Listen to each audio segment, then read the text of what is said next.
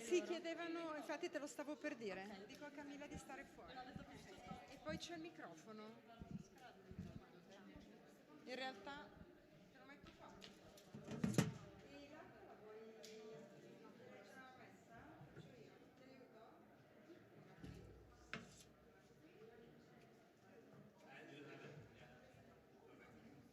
Porto via queste qua che non servono. Questi sono nuovi, dico queste qua, così almeno la prossima. Ok? E dico a Cami che tu sei dentro. Quella di Marta ce l'hai già, vabbè.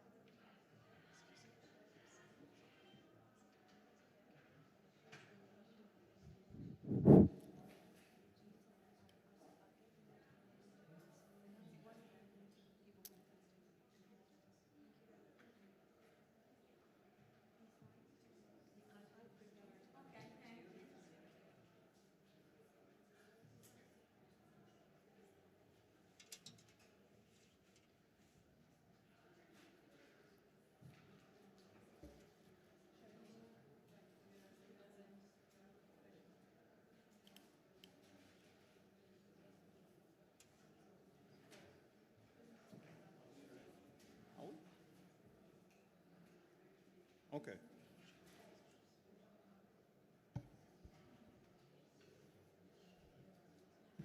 Okay. All right. Well, welcome everyone to this afternoon session on greening luxury. I'm very pleased and happy to be here with you. So thank you all for being here, and thank you also for the organizers for having me here. I want to briefly introduce first to the topic and then to the panelists, which I'm very proud to have here. So let me just first start the reason why I'm putting this panel discussion up here. It's actually sort of a follow-up on last year's panel discussion about sustainability, where back then the focus was more on the value chain, and the value chain seeing from the manufacturing of a fragrance up to retail. So that was the idea back then, and what we discussed last year is also relevant for this year's discussion, because two main foci remained open to discuss, namely first, how to measure sustainability in artistic perfume, and we can then talk about sustainable perfume. And secondly, how to communicate and educate sustainability of artistic perfume in the retail sphere, but also towards the final consumers. So for this session, I prepared a sort of tripartite focus, namely in three different steps. So we start with a discussion of how to measure sustainability. And I'm very happy to be talking about Firmenish's Eco Scent Compass Next Generation. And I briefly mentioned that at this point here, I'm quoting a press release from Firmenish.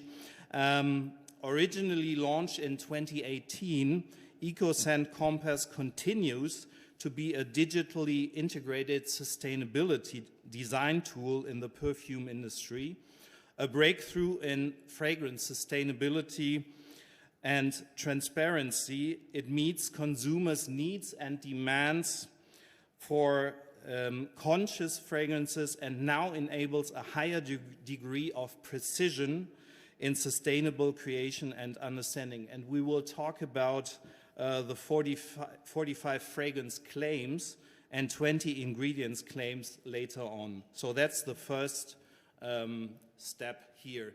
Then the third step will be about the communication and the education of sustainability at the retail point of sale, but also towards consumers. So it will be about potential benefits of learning along the customer journey. So the question will be how to reach the final consumer in the best way and make people aware of sustainability in artistic perfume. And in the middle, sort of, we will be speaking about commenting, namely about potential benefits from other industries. So this is, I think, a very useful and very helpful way to get some insights from beyond the fragrance industry and how other industries are targeting and approaching sustainability. So this is our tour for today. And I'm very pleased to introduce the three panelists to you. So first, in the terms of measuring sustainability, I'm very happy to introduce Melanie Verhill. She's the Marketing and Communication Director for Conscious Perfumery at Firmenich. And as you can see from the slide here, you have a lot of experience and are very passionate also about sustainability in this context, and I'm very happy to have you here. Thank you. Second, we are talking about this aspect of commenting, and I'm very happy to have Ana Luisa Magalhães. That's Magalhães, okay. From Soma Studio Milano, which is a trend research company in Milano here. She holds a master in media industries from the University of Leeds and is a social communicator. And we are all, I think, very curious to learn from other industries and what we as a perfume industry can also learn from other industries in this context. And last but not least, I'm very happy to have Marta here, Marta Siembab, the founder of Sensilier. You are describing yourself as a multidisciplinary smell expert. And one of your foci is also on training, and I really appreciate to have you here because I think you are the perfect fit to talk about education and communication of sustainability. So, just where's the microphone? Oh, the handheld microphone. We can just. Oh yeah, perfect. Thank you. So let us start with the first set of questions, which is focusing on measuring sustainability. So as an overview for you all, I put the questions down here. And so the first set of questions goes to Melanie. What is a sustainable fragrance according to the measurement tool that I just briefly mentioned?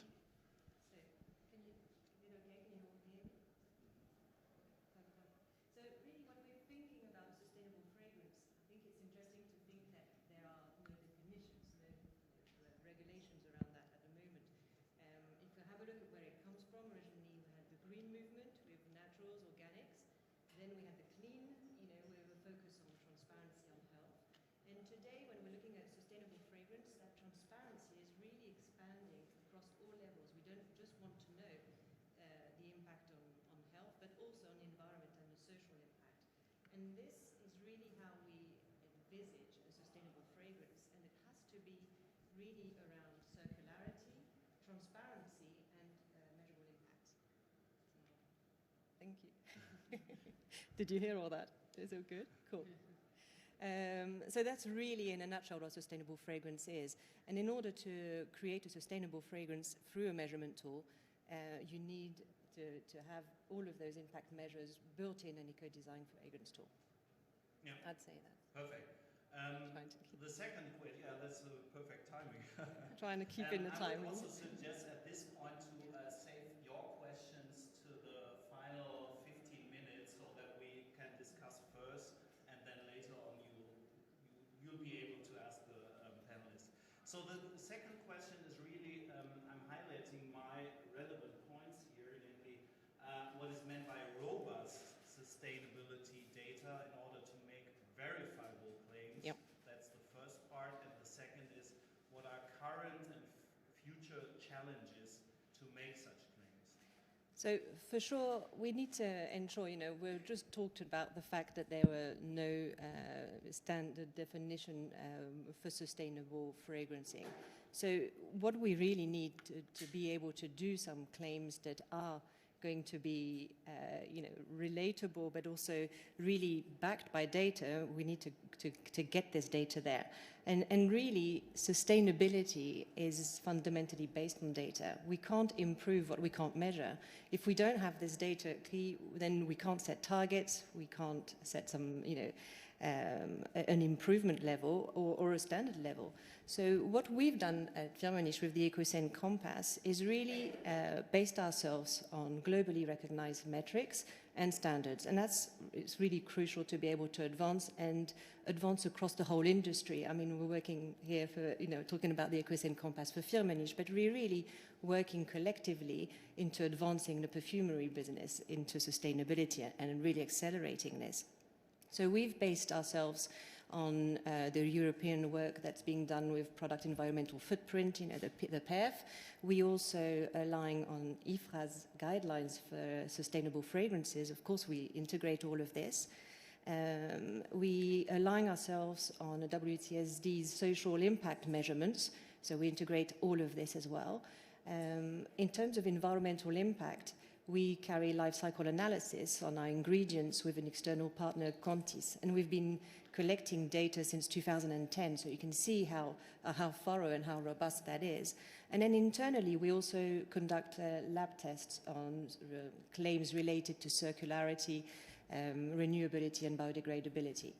So all of this gives us really meaningful, accountable, and transparent information that obviously we can use at our level to be able to measure our advancement, set closer targets for in line with our ESG ambition, share that in turn, with our clients, so that they have this information at bay to see their progress, and that they can then share in turn again with their consumers with sustainable data that backs each claim that's within the fragrance that we've created for them.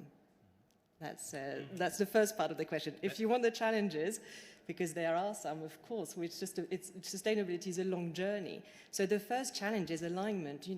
We need to make sure we're relying on a methodology and standards. And today, there's different methodologies in terms of calculating your carbon footprint, etc.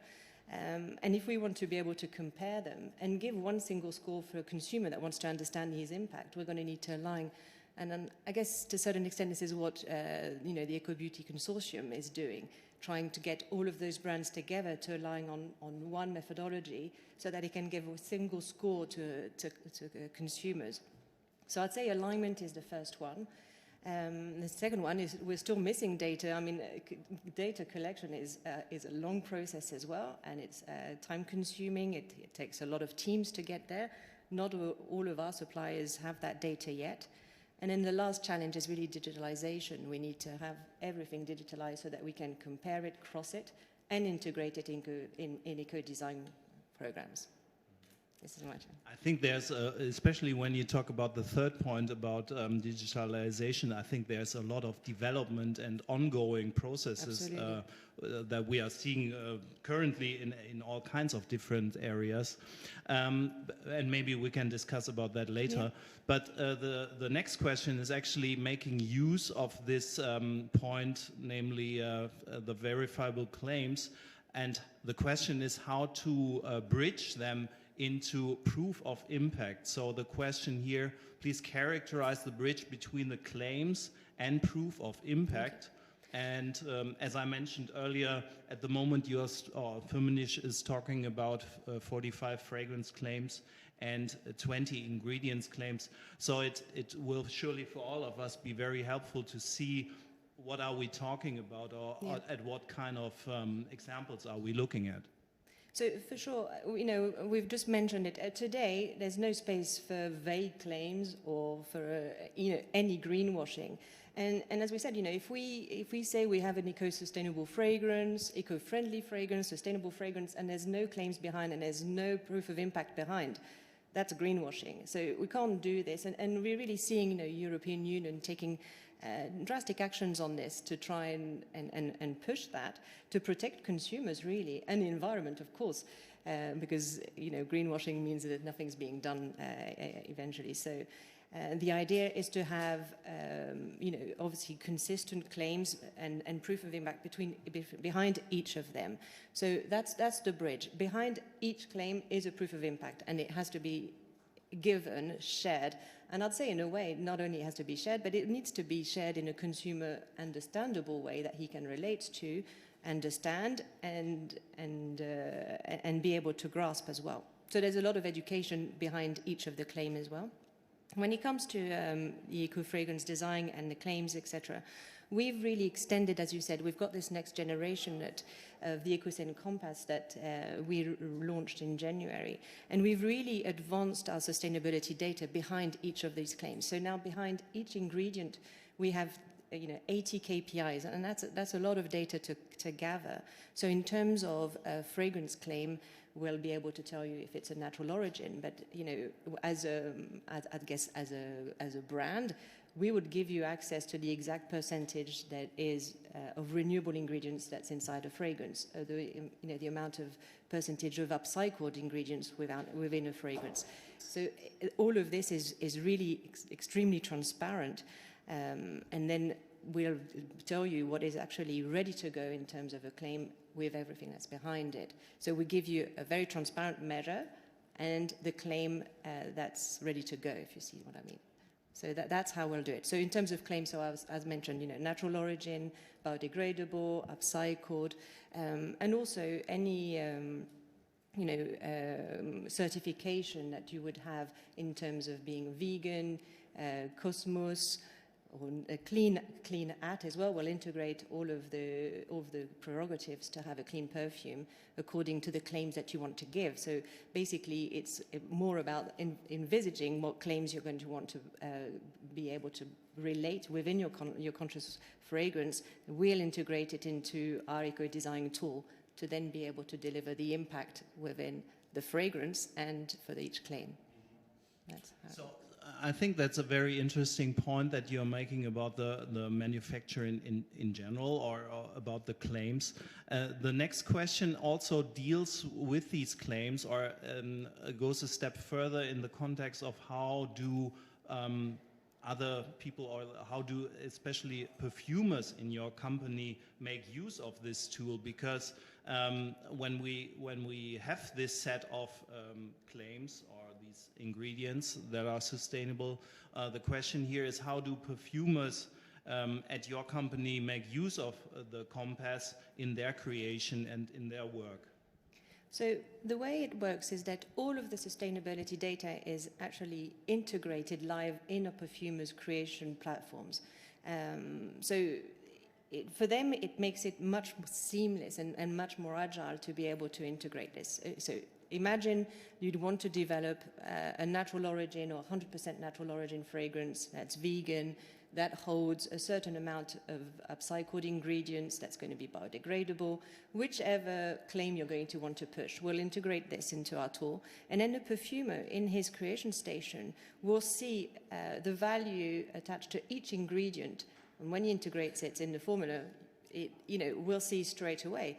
It's very visual, it's very simplified in the sense that each ingredient will also hold its own circular score. So we'll be able to see, how that contributes to the overall amount of, renewability, etc. The measure, and he's doing that live, so it gets updated live, and he gets that measurement live as well. The machine is also, using artificial intelligence that's integrated so that it will offer virtuous alternatives. If we're using an ingredient that's a synthetic, and possibly is not renewable yet, and we want to push the renewability level, it will propose a substitute or an alternative, and then obviously the perfumer gets to learn his responsible and sustainable palette, and that's the right balance. I mean, we all know that talking about sustainable fragrance is always going to be a balance between using responsibly sourced naturals, which are respecting the biodiversity and the communities at source, and also using renewable ingredients. that are, obviously sustainable, that have a green chemistry score as well. So all of this is the right balance to be able to create fragrances that are sustainable, but that still smell amazing, because, at the end of the day, it still has to hold its magic. And that's the key, because once you have the overall insight of the palette and the effect and the impact that it has, you can sort of integrate it very seamlessly. So that's how they use it. It's revolutionary for perfumery. Yeah, that's a very fascinating point, I think. And also, in the context of the final question to you at this point, it's more the translation or also towards then finally communicating about sustainability in perfumes. The question here is, what's the position of your clients? So when clients come to see you and speak about sustainability, do they demand sustainable, conscious fragrances? And in that context, are you recognized as an informing agent for that matter? And we are also very curious to learn how you communicate sustainability in that context. Okay. So this is a really interesting question. So thank you very much. They've all been interesting, but it's great to finish on this, because for sure we really act as a consultant as well for our clients. Some of them are more advanced than others. Obviously, we work for more or less large groups, smaller brands, very established brands, niche brands. So it's interesting for us to also be able to convey all of the different expertise we have in-house according to where they're going to need support, consultation, and help. On the overall, we really help them on their whole transformational journey, in terms of sustainability. We also help them at a corporate level to understand wherever they're going to want to go, we need to translate into what that's going to mean in terms of creation. Because we're mentioning each claim is going to have an impact on the palette, so they need to understand, what that is going to be meaning. Typically, if a client comes to us and wants to do 100% natural, it's not going to be the same. 100% natural origin is still going to have a very wide effect. So we need to sometimes help them understand the impact that whatever they're going to want to do in terms of a sustainable fragrance is actually going to have on creation. And how it's not specifically restrictive, it's just a new creation framework, but the opportunities that are within, what can we do within that framework, and really explore that with them. We also really help them build a strategy at the long term. If they want a transformation towards having their fragrances to be all natural origin by 2025, we'll build with them, we'll analyze the meta formula of their fragrance portfolio and see at what grade they'll be able to get there. Same with biodegradability. So it can be very technical in terms of sustainability support and innovation. Then it can be very strategic in terms of ensuring that it fits with their brand DNA, because obviously that's key. We're not going to do something that makes no sense with the brand. And then once that's set, we'll have consumer insights coming in, market trends, anything that we see coming, and then obviously fragrance creation all the way. And then in terms of communication, EcoScent Compass is altogether a sustainability data tool, an eco-fragrance design tool, but it's also a communication tool in the sense that for each fragrance we create, we have an ID card with every information regarding those impact proofs, but also all of the ingredients that carry that sustainability story through, so that in time our clients can actually push their storytelling around the story proofing that we've provided them and build a story around one specific ingredient that comes from responsibly sourced, that has a certified origin with sustainable practices at source, or possibly a project at source. It can be also about a renewable upcycled musk that's through innovation, or a biotech, which is a virtuous alternative to a natural. And all this is given to them with the means to be able to push a conscious, sustainable fragrance storytelling with the proof of impact. And that's how it ultimately works. That's very fascinating. And I know that you prepared one example that we are able to smell now. So I thought it'd be great to smell, because we create fragrances. Can you tell us a little bit about the Absolutely. project? So this is a fragrance called Protopia that was created by our perfumer Amandine Claire-Marie, and who's based in Paris and has done beautiful fragrances for us. And the idea there is really, well, to showcase what we can do and you know, how we can tell the stories through the Ecocene Compass. But basically, this is 100% naturally derived. So all of the ingredients within are natural origin. It holds 26% of upcycled ingredients. Thank you very much. It has a carbon footprint score, or carbon footprint, that's minus 25% compared to the average of the category of fine fragrance. So really pushing the limits there in terms of creation.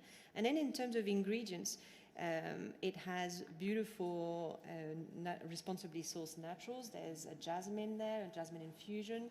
There's an organic eucalyptus, some upcycled cedar wood, and we also have a pear from which has been extracted through Feelgood, which is an eco-efficient extraction using microwave technology. And this is really interesting, and you know, talking about what we can do internally in terms of improving our processes as well. You know, looking at extraction technologies, ensuring that you know, they're as sustainable as possible at that level is really important. So Feelgood is our new technology that features in this fragrance, and then also has 2 biotech ingredients. We were talking about virtuous alternatives. You know, there's new ways of creating natural ingredients. So all of this carried through. So you can tell lots of multiple stories about how, you know, we can create sustainable fragrance with the best of nature and science through eco-design. I think it's always very helpful to see, if you read about sustainability and conscious perfumery, to really recognize what it smells like, and it's very helpful to have a sample of a fragrance that goes that direction. Yeah, and absolutely. It's a process, I mean, you said. You know, it can smell like anything you want because the palette is vast, you know, and we can bring naturality in lots of different olfactive fields. There, I think Amandine really wanted to explore a new aldehydic interpretation of a floral. So something, you know, that she also wants to break the boundaries of what a new naturality would smell like. And I think that's what's really interesting, how perfumers play, you know, and exploring this new area of conscious perfumery. Perfect. So we are finalizing the first set of questions now. We finalize it, and we are going on with the bridging part of commenting. So we are learning now about other industries and how they approach sustainability, and I think it's very useful because there surely is some insights for us in the fragrance industry in your research that you are doing. So first, let me ask you, how do other industries broadly define, and you will give us some examples, how do they approach sustainability? And I prepared a set of slides that you gave to me, so let me know how to start. Okay, so I'm an outsider from the perfume industry, as you know, and from the industries that I research more product design and interior design and furniture. I see a lot of brands and designers working and experimenting with the circular economy principles and obviously circular design. So basically trying to design out waste and pollution, keeping materials and products in use for longer, and regenerating natural systems. So we can see here the first example that I like. It's from electronics. This is a company called Fairphone that they built the first modular phone based in a modular design. So basically what this means is that you can disassemble this phone. So let's say if your camera breaks, you can replace. You don't need to, you know, throw away and buy a new phone, you know, because we have a very big problem of electronic waste. So this phone can last for many years, you know, because you can repair it. So I think this is a very nice example because, as you know, it's very difficult to repair electronics, computers, and phones. They are designed for obsolescence. So this is, I think, it's a very good example. This is another example from a collaboration between Trash to Treasure, that's a Dutch company, and Casanova Cosmetics. Basically, Trash to Treasure, they repurpose the waste from other industries. So what you see here are actually reused glass facial creams that they repurpose on a light installation. We saw that in the last Milan Design Week. And also in the next slide, they did this furniture, the same collaboration, with nail polish bottles. And you can see a bit of texture that reminds the terrazzo aesthetic. And yeah, and then that's it. That's it. No, and then what I was going to say, apart from that, we have regenerative examples that I will talk later on. Mm-hmm. So yeah, I will come back to regeneration after. Okay, because the next question is also leading the way towards who actually started and led the way into sustainability in this context, and how, in your point of view, has the topic become so appealing for different actors in these areas or these fields? Okay, so I think there are different players leading the way in different industries. So if we can go back one slide. Yes, this one. So here I brought an example that I really like from Cartel. They designed the first chair with artificial intelligence in collaboration with humans. So basically they asked the artificial intelligence how they could build a chair with less materials as possible, less resources as possible. And they managed to do this chair that is within the Cartel design standards and comfort, and with, saving resources because it was made with less resources as possible. So I think Cartel is a good example. It's also leading in furniture. And then next one, I think is after the question. Yes. Yeah. I just brought Patagonia because within fashion is they are pioneers. And this is a kind of old ad from the 2011 where they already start to talk about overconsumption. It's an ad on Black Friday where they say, don't buy this jacket. But apart from communication and marketing, of course, they also invest heavily in sustainable materials, and they also invest in regenerative farming. So they do a series of initiatives. And then the next one, also in fashion, Stella McCartney, that also invests heavily in sustainable materials. This year they partner with Radiant Matters that create biosequins, that are sequins made of cellulose, tree cellulose, instead of plastic.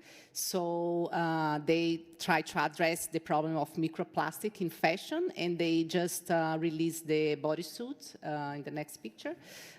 Made with these biosequins that are non-toxic and color-fast and pigment-free as well. Yeah. Okay, when we go to the next questions, I ask what are some of the most innovative sustainable practices and solutions, because it's our solutions that you have come across your way on your research, because I think it's very useful to hear about those practices and maybe think about the perfume industry, how it might be translated into it. So I think the most innovative solutions I have came across is the ones that put together different fields like biology and design, that I'm seeing this a lot. And for example, we have here this studio from the Netherlands that basically they use living algae to 3D printing some objects from tableware, and also they can print cosmetic packaging, bottles, sorry. So I think it's amazing how 3D printing gives us the possibility also to work with living beings, like living algae, that generate less waste and, or no waste at all. So yeah, I really like this example. And we can see the next one is the SICK Pavilion that's also combines digital and biological fabrication. So basically they produce these structures. They were testing how to build with nature. So they use silk worms to build this pavilion, and also combined with digital fabrication methods. So here I see a really true collaboration between technology, humans, and nature, because they don't kill the silky worms, as we see in the textile industry, that, you know, to produce textile, they kill the silky worms. So, yeah. That's fascinating. Yeah, it's amazing. This. Yeah. And I think that, one more. I'm always very enthusiastic about mycelium, because mycelium gives us a lot of possibilities. Like this company, Ecovative, they invest in mycelium technology. And you see here packaging made of mycelium that after you can use as compost for garden beds. It's made of mycelium and hemp. You also have the tiles and flooring and insulation made of mycelium. And the other one is a foam made of mycelium, which I think is really great because, you know, the traditional foam is made of plastic and is a big problem. So I'm always fascinated about mycelium and the possibilities that people are exploring, also in health areas and many other areas. I think, according to my point of view or my recognition, I think there are already some companies in our field working with this. Mm-hmm. Yeah. So the next question really goes into the consumer atmosphere or the consumer sphere. What kind of broad trends and shifts do you see there, and how does consumer behavior and preferences change? I think consumers, especially the younger generation, they want to have a more active role. They want to use their purchasing power to like kind of vote with their money, you know, to invest in causes and values that they believe. So they want brands to inform them, as you were saying, so they can make these conscious choices, what to invest their money, what to buy, and they know what's the impact, because, you know, as a consumer, I also, for example, want to relieve my climate anxiety, you know, or my carbon footprint, my ecological footprint. So they really want to co-create with brands as well. And I think there is also this rise of new understanding of well-being, where consumers also are understanding that well-being is not about the individual only, but also about community and the planet. There's no way that I can have my personal well-being if the planet is on fire. So, you know, we have now this broader view of well-being that's impacting the consumers. And and I think they want to be also educated. They want to find information that proves that this is eco-friendly, why is it, but in a way that is easy, you know, in a way that maybe is entertaining, is a storytelling, and they don't need to dig for information, you know, by themselves. So I think that's mostly it. I think we are seeing very dynamic times, or it's sustainability as a trend or as a phenomenon is developing very quickly. So the final. Sorry, I want to comment on this example because it's related to the question. So this is a company that they basically make this furniture for children out of children's toys waste. Because, you know, most of the toys are made of plastic, and there's a lot of waste because kids grow, you know, and they lose their toys, like their clothes. So basically they do this, and they have this school program where they go to schools and they tell kids, you know, about all the process, where this furniture comes from, what's the impact of waste. So you see already all this storytelling reaching small, young people, you know, kids. So this will definitely impact them as a consumers because they are already having these conversations. So the final question really goes into the development of the future, and since I just also mentioned, or we talked about that earlier, it's highly dynamic. So what do you forecast for the next 2 to 5 years? It's very difficult, yes, I can imagine. But. Yeah, I think we will see a sustainability that's more about doing more good than less bad, because sustaining is not enough, you know, with our current situation. So we need to do more good, we need to regenerate. So I think we will go to a regenerative path. And I have an example that I also like a lot. If we can go to the example. Yeah. Yeah, so this is a soap that was created by this company, Andea. So basically what happens that in Peru and in other places as well, these village women, they wash clothes in the river, and this is a tradition from the Incas. So it's not only for practical purpose of washing the clothes, but also because they socialize with other women, you know, it's a moment of relaxation, you know, it's their tradition. But the problem is that, you know, it pollutes the river with the chemicals from the soaps and detergents. And then this company asked, how can we create a soap that can clean the river and clean the clothes as well?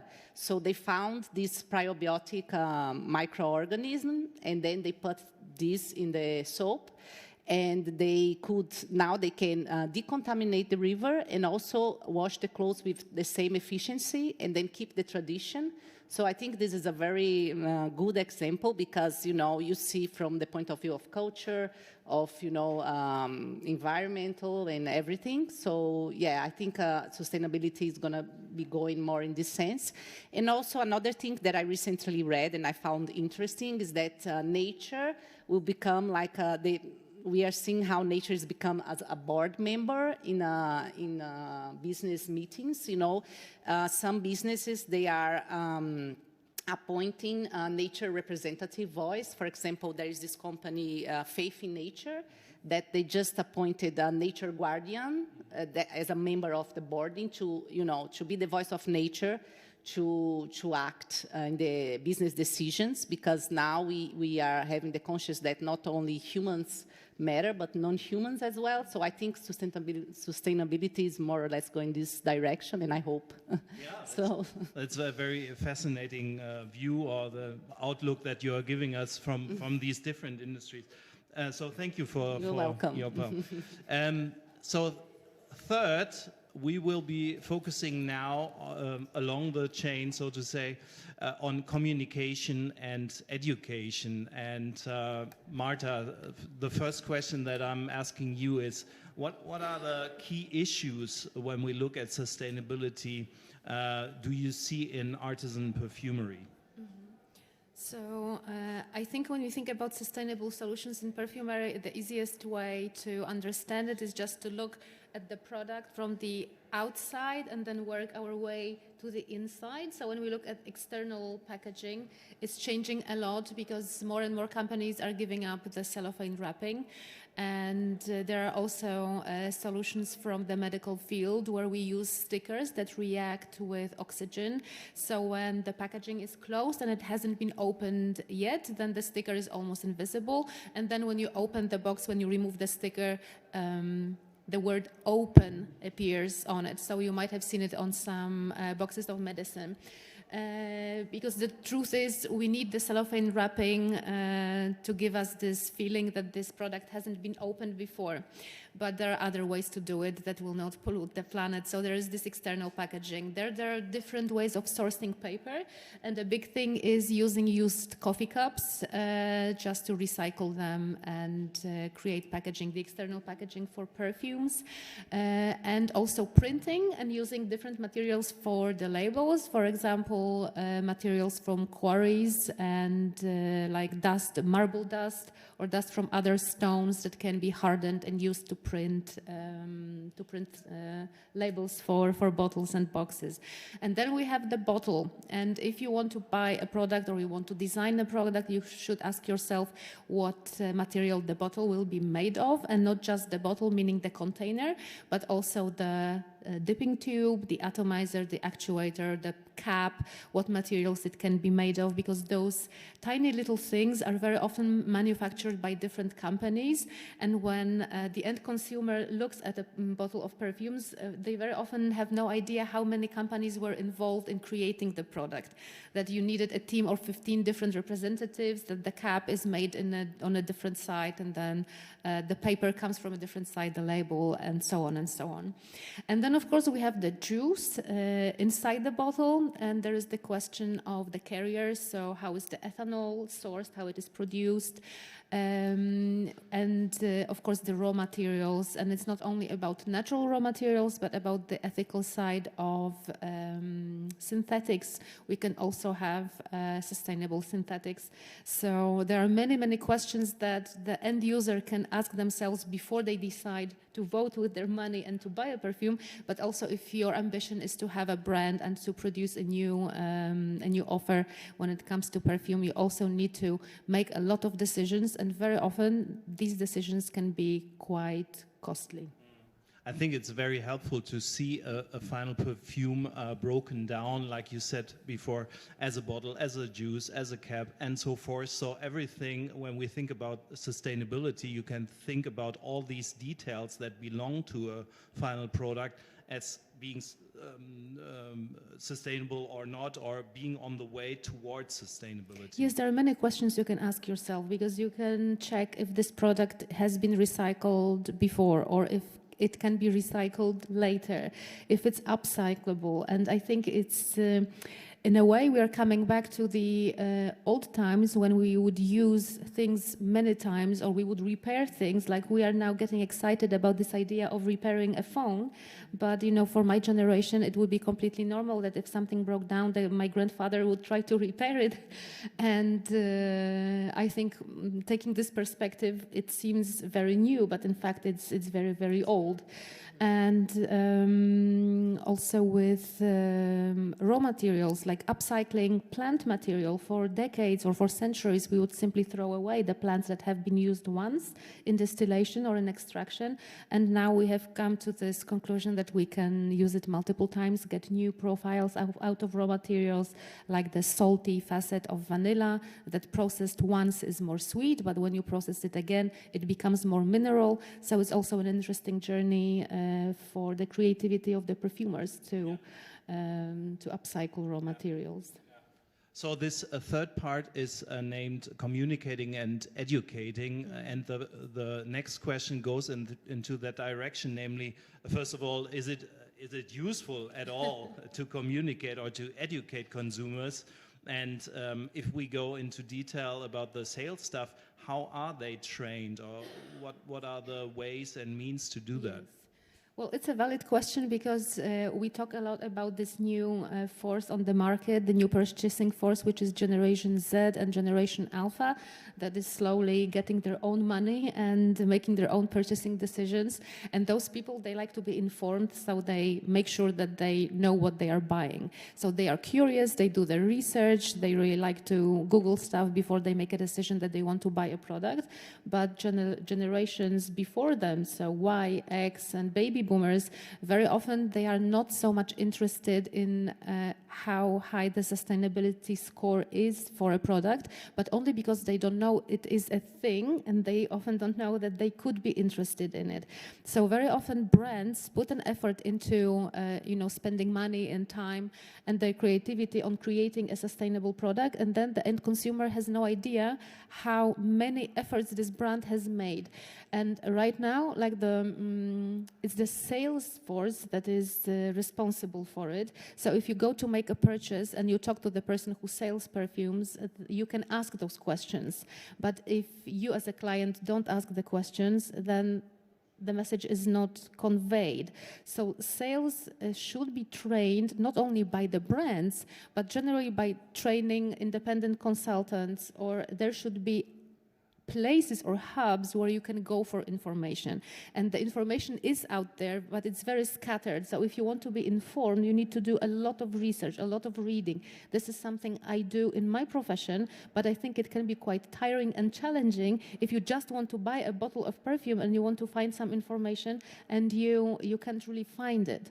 So sales, especially when we talk about like chain perfumeries or not niche boutique perfumeries, they are very often they need to be proactive and they need to find the information themselves, which can be quite discouraging because not many people are motivated enough to do it because it doesn't influence, their final salary.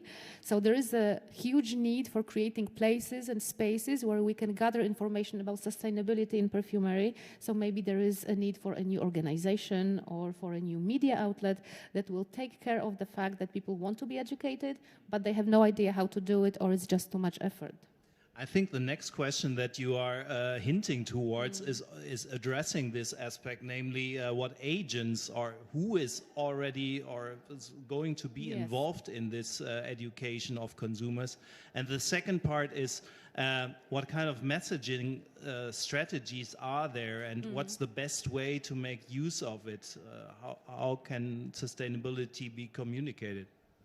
Yes, so I would expect information coming from the top down, so like the brands and the manufacturers of packaging, of bottles, of raw materials, that it is them who will make sure that the final consumer gets the information on sustainability. But what we can see is, in fact, it's totally reversed, and it's people who are making sure that the word gets spread.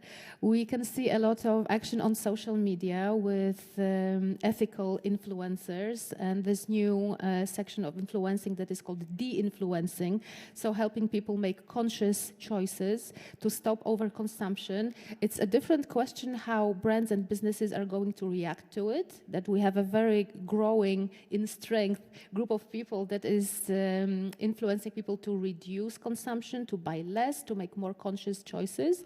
But there are also organizations like the Sustainable Beauty Coalition that are trying to gather information on brands who implement sustainable solutions. There are also it's very dispersed and it's very atomized, but for example, PETA is also trying to let people know what brands are truly vegan, so that the issue of perfumes being vegan doesn't become like just the facade.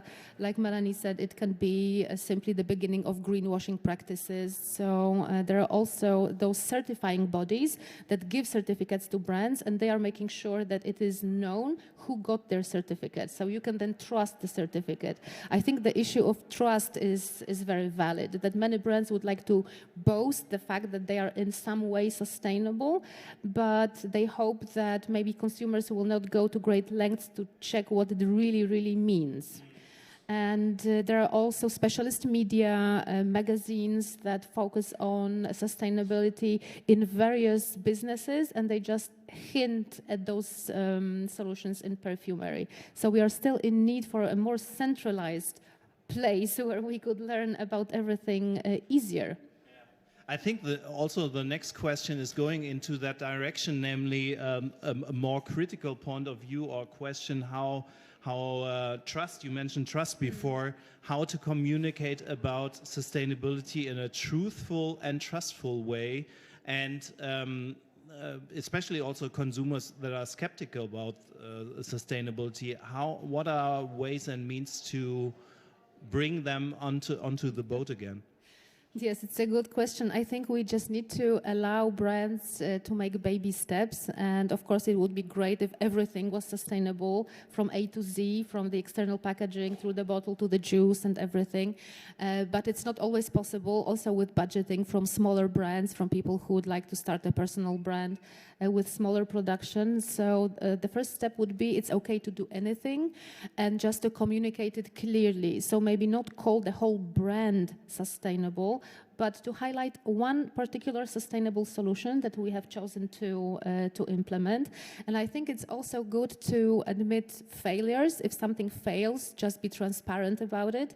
And there is a brand called Able. They made a decision to introduce bioplastic wrapping, and somehow it failed. It didn't behave well in transport, and they got messages from clients saying that it's just not working well and it's a waste of money.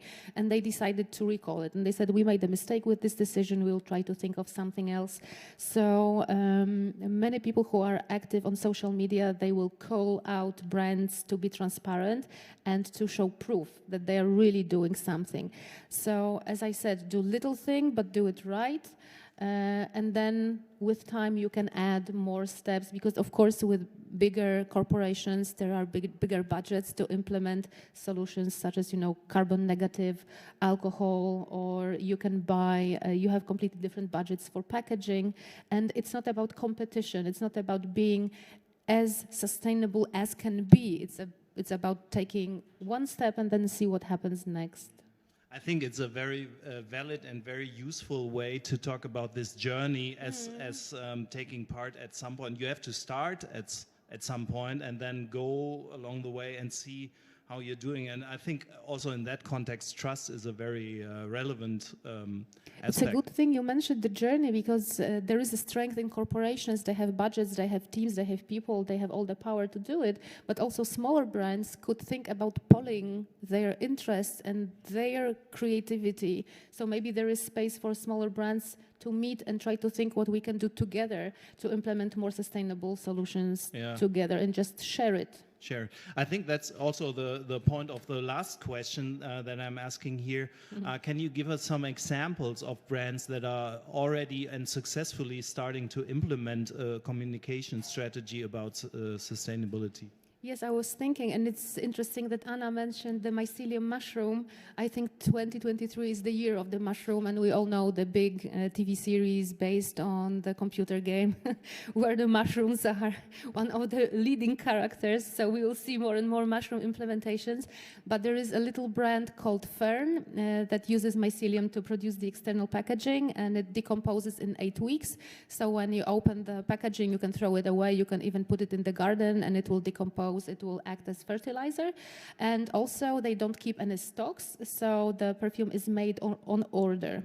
And if you send them your order, they will make the perfume for you. So it also saves them on storage space and paying for electricity. We may think that this is in their own interest, like, oh, they are just trying to save money. But to be honest, if you need to keep a room that is cooled because you need to store the perfume at a specific temperature, maybe it's actually better not to make the perfume until you know that someone wants to buy it. And there is also this brand Sana Jardin.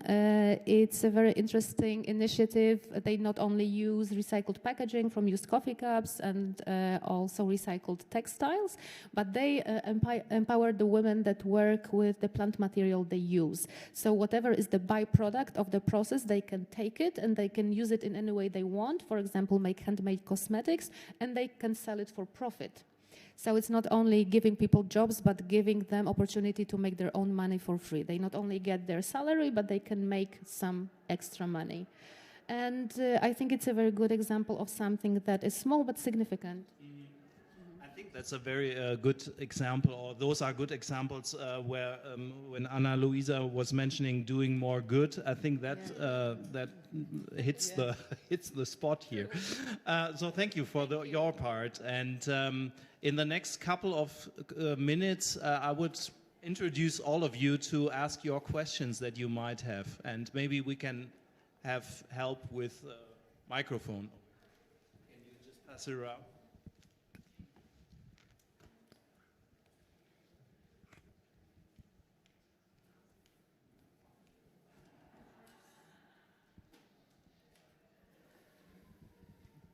Hello, I'm Eva Sindram from Vienna, and I'd like to ask you a very non-poetic question. How does it change the costs? Okay, so that's a very interesting question. So for sure, I think everybody's wondering what is the green premium when it comes to sustainability, and that's going to be throughout the whole product, you know, from different innovation solutions in terms of packaging. The way we see it is that really the cost is going to have to be taken through all stakeholders, and some solutions, such as upcycling, are actually, you know, not more expensive than a normal composition. So there's a lot of different solutions that actually cost less money or are the same. That's, you know, I think it's just about a different framework and frame of mind to think about sustainability. There's a lot of different things that you can do in terms of, you know, having shorter formulas, compacting your fragrances. There's different ways of doing this. On the other hand, for sure, there is an investment in an innovation, and that has a cost. But we have to think long term as well. So what costs today, you know, substantially more because it's at, you know, I'd say medium to large scales is going to be taken at a larger scale in the future. And all of those solutions need to be thought through in that respect. It's going to be the same with responsibly sourced ingredients.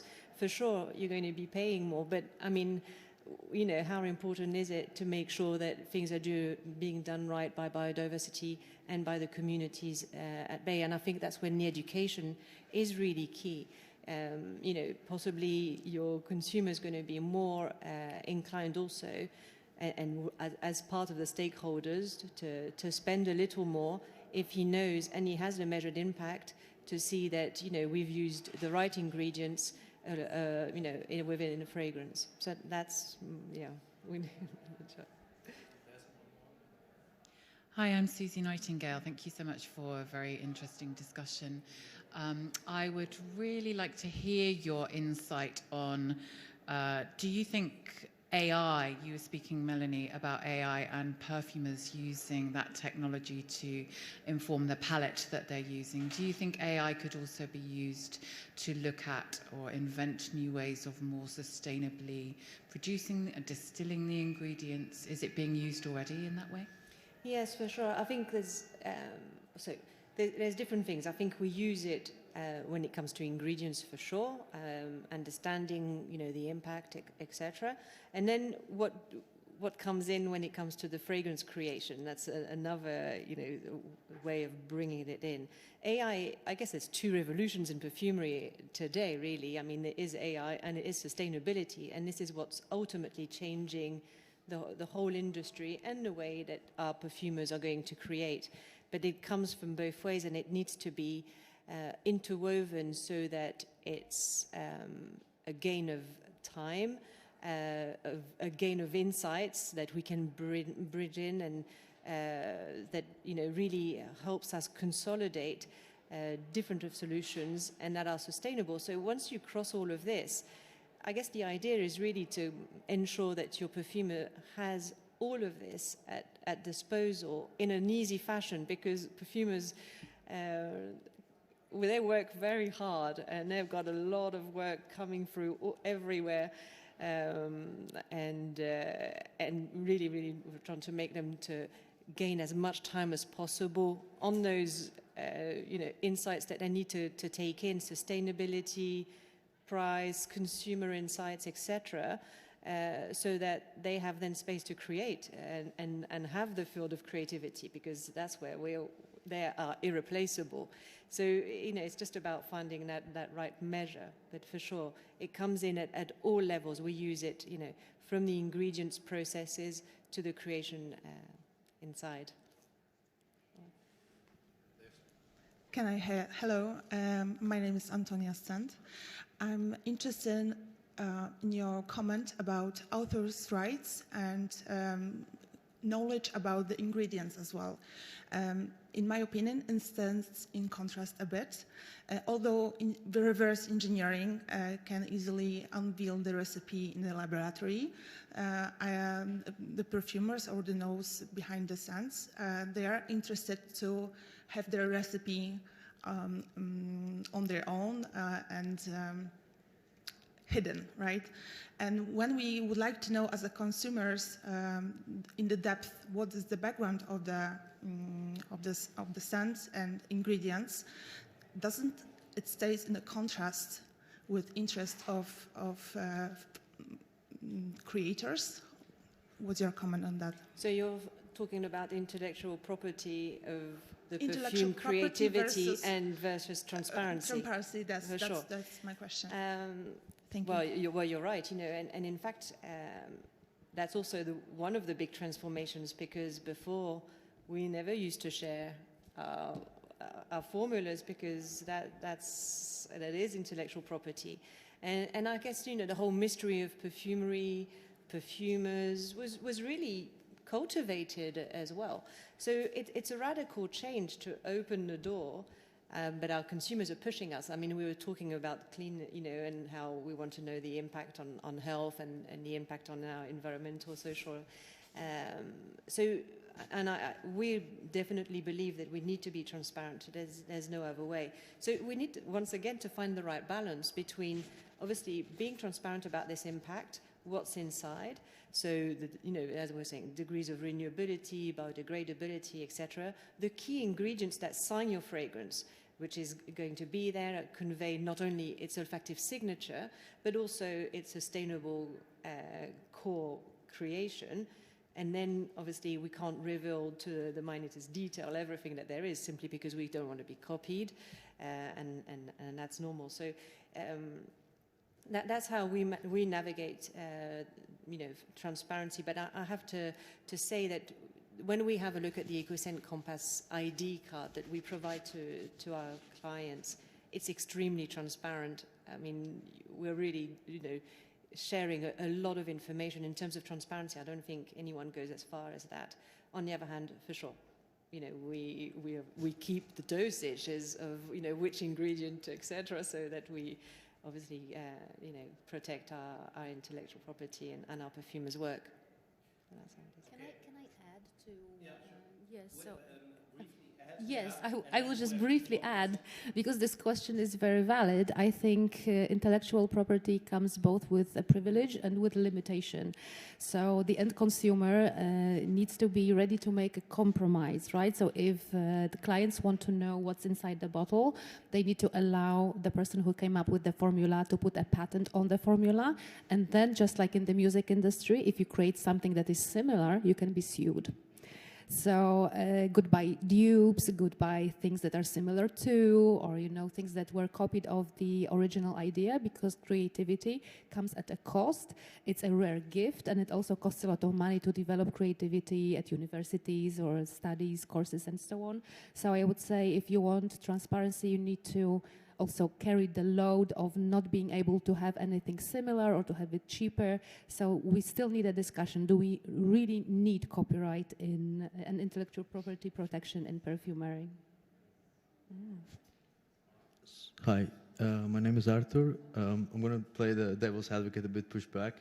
In the sustainability world, we know the biggest examples are the veganism and electric vehicles. So it's been quite a while we're into this world, modern world. Now we come up with the new discoveries of the scientists saying that to create the tofu we need to kill thousands or maybe millions of insects, and then now we come up with the problems of not able to recycle the electric vehicle batteries. So with that said, with this culture, maybe cancel culture trend that kind of silencing unbiased scientists, leading us into the rabbit hole. And it might lead us to the same rabbit hole in the perfumery industry. So my question is, how do we cope with this, and how do we learn the lesson from other industries to what is happening in the perfumery industry? So that's why I said this is devil's advocate, a bit tricky question, but I want to see what is the practical approach or framework we have right now to can avoid pitfalls of the previous lessons we learned, like, let's say, don't go too harsh and maybe be a bit more scientific in terms of metrics of the, let's say you mentioned about the carbon footprints. Is it something sustainable for the perfumery industry? Is it any other metrics we can look at to be more sustainable in the long run? Well, I guess sustainability is definitely complex to navigate, because any solution you're going to choose in one field is going to have an effect on another field, etc., right? So the idea is really to keep the right balance between ensuring that your impact on nature, climate, people, and all of those solutions fall at once. And I think it is about finding the right balance. Typically, we were talking about, naturals. For sure, if we only use natural ingredients, there'll be no nature left. If all our perfumes were natural, there'll be no nature left. So that's one solution, that you work in a balanced way, because you're going to be also sustaining communities who live from, and make a living from there. So that's when the whole balance comes in terms of carbon. For sure, this is we need to go. There's no other way, So I guess nature, you need to find the right balance. For carbon transition, we need to work on this. And I'd say our biggest challenge in perfumery today, which is a chemistry-based business. I mean, a lot of our ingredients are from the virgin fossil fuel, and that's just chemistry. So the biggest transition for us is to be able to move away from that into renewable carbon sources.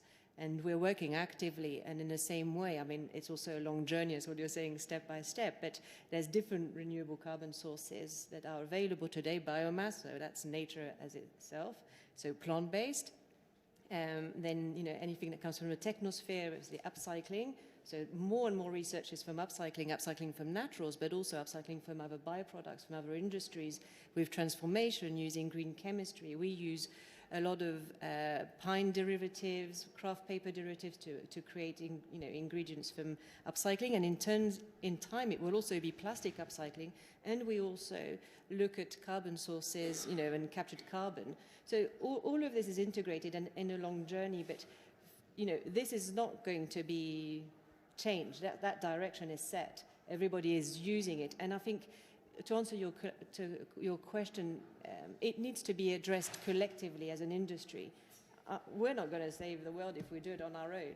We're going to have to do it with, you know, everyone in the perfumery industry working together towards the same goal and transforming this industry together.